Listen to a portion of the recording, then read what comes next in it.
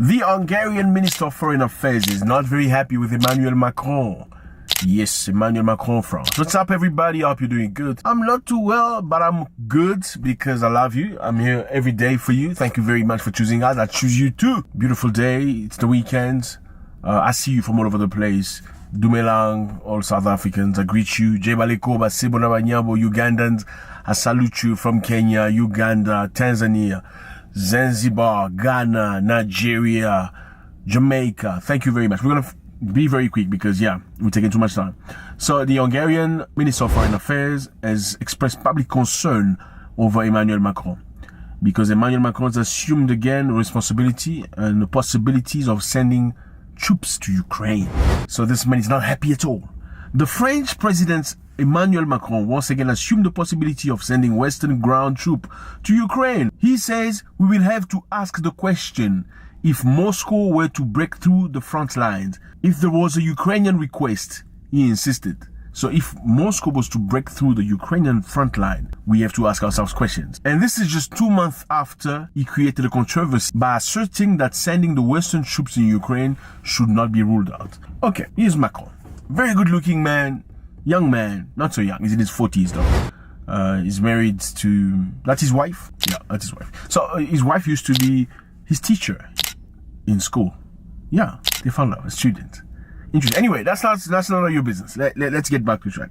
So Macron made comments saying that Europeans should be ready. They should not rule out the possibilities of sending troops in Ukraine to fight against the Russians. Putin's war in Ukraine has been very rampant and very difficult for Ukrainians.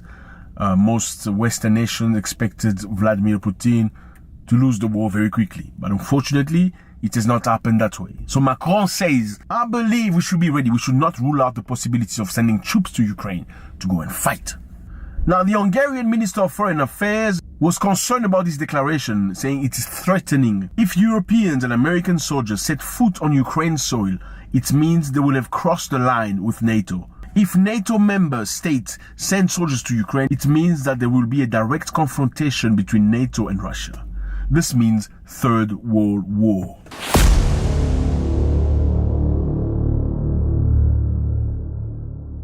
Hungary is next country to Ukraine, so Hungary is part of NATO. We are threatened by these statements. C'est une déclaration que nous trouvons menaçante. En effet, nous vivons juste à côté de cette guerre. Nous sommes un pays voisin et nous savons que s'il y a des troupes sur le territoire ukrainien, eh bien la guerre va gagner en ampleur.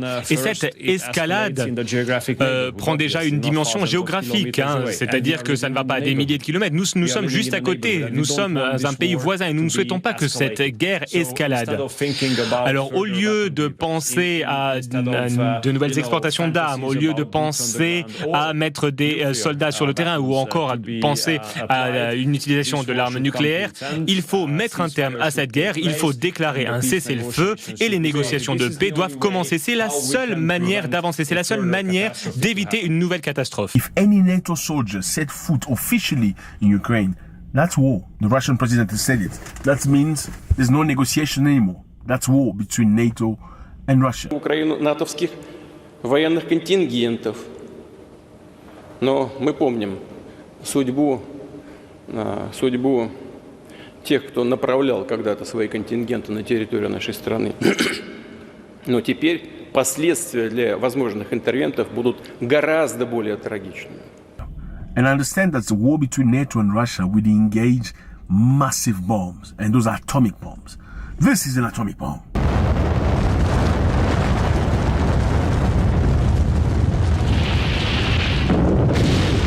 That's an atomic bomb. Do you really want that in your neighborhood? I don't think you do. So the Hungarian minister is being conscious, saying, fellas, we understand you're not happy that Putin is winning the war in Ukraine, or that you are struggling in Ukraine against a country you thought you would crush very quickly.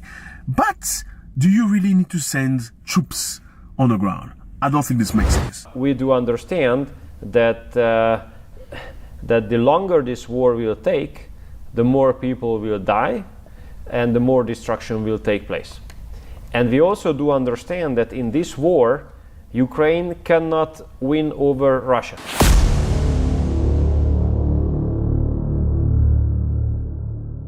That's not his war, right? Ukraine is Ukraine. France is France. Ukraine is Ukraine. France is France. This is Ukraine and this is France. What do they have in common? Why would the French president feel so adamant, feel so obliged to send troops to Ukraine and try to get other people to join him to go send troops in Ukraine and fight? It's very simple. Now, look at Africa. This is Africa. All these countries were colonized by the French. You see the map? Yes, they were colonized by France for many, many years. France used to beat the living crap out of them. Before colonialism until up to independence, they asked African countries to sign a paper saying after independence equate before independence. So by that they mean, even though colonialism is finished, we are still ruling you. Your economy is within our hand. And that's the reason why they created a currency named the CFA franc for these countries. What's the use of this currency? The use of this currency is to keep France wealthy as a country. After independence, many experts believe that many African presidents in ex-French colonies were just puppets. So France used to choose somebody. Okay, I'll choose someone. You're going to be a president in Ivory Coast. You're going to do things the way we want you to do. If you don't do things the way we want you to do, you're going to be president in Benin. You're going to be president in Togo. No, not you. You are too serious. We don't want you. The other one is more corruptible. You're going to be president in Gabon. That's why you've seen in some countries like Gabon, one family has been president for over 58 years. Yes, that was the policy as per the expert of France in Africa. Now, fellas, in a couple of years that have passed, Mali, Burkina Faso and Niger have turned the ball against France. They have asked them to leave the countries. They have come into power through coup d'etats, but have taken the power from the French. Now, they haven't just asked them to leave the country. They've also cancelled many contracts, many agreements, like commercial agreement, like business agreement. Let me just make you understand. In some of these ex-French colonies, the big businesses were within the hands of French companies. The big contracts of wood, of timber, of diamond, of cobalt, of whatever, within the hand of French companies. Big contract of uranium in Niger, for instance, was within the hand of French company. In Niger, a French company had the exclusivity of buying uranium from Niger. So they come to Niger and they set the price. I'm coming to your country to buy your goods and I'm setting the price. I'm telling you at what price you're selling it to me. You're not telling the price. The good belongs to you, but I'm telling you I'm going to pay 5. I'm not paying 6 or 7. That's what was happening in the past.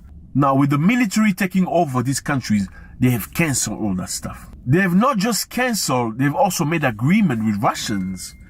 So the Russians have come in very strongly in Mali, Burkina Faso and Niger. But they've come in a very fair way, like saying, okay, we can bring you infrastructure. How about that? We can bring you weapons to defend yourselves.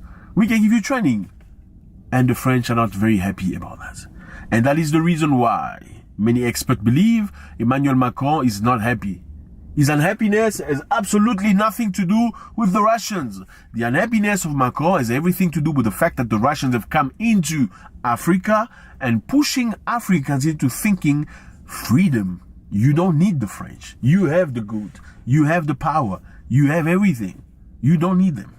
And that's the reason why Macron the other day said Russia winning the war is not acceptable. They should not even think about winning the war. We will do whatever it takes to ensure that Russia cannot win this war. Tout ce qu'il faut pour que la Russie ne puisse pas gagner cette guerre. You need to ask yourself, like one of my mentors used to say, if you hear somebody going very hard on something,